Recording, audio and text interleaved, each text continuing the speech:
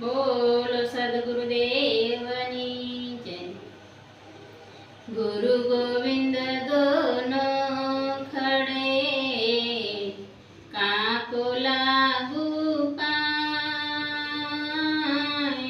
ગુરુ ગોવિંદ દોનો ખડે કાકો લાગુ પાય। બલિહારી ગુरु आपकी जिसे गोविंद दियो बताय कबीरा। गोविंद दियो बताय। કબીરદાસજી આ દોહામાં આપણને ગુરુનું મહત્વ સમજાવે છે। ગુરુ અને ગોવિંદ, ગોવિંદ એટલે કે ભગવાન, ગુરુ અને ગોવિંદ બંને આપણી નજર સામે એક સાથે ઊભા હોય તો આપણું મન અચંબામાં અને આશ્ચર્યમાં પડી જાય છે કે હું કોને પગે લાગું, કોના ચરણોમાં નમન કરું।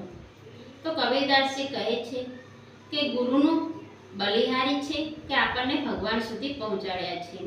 જો ગુરુ જ ના હોત તો તમને ભગવાનના દર્શન કેવી રીતે થાય?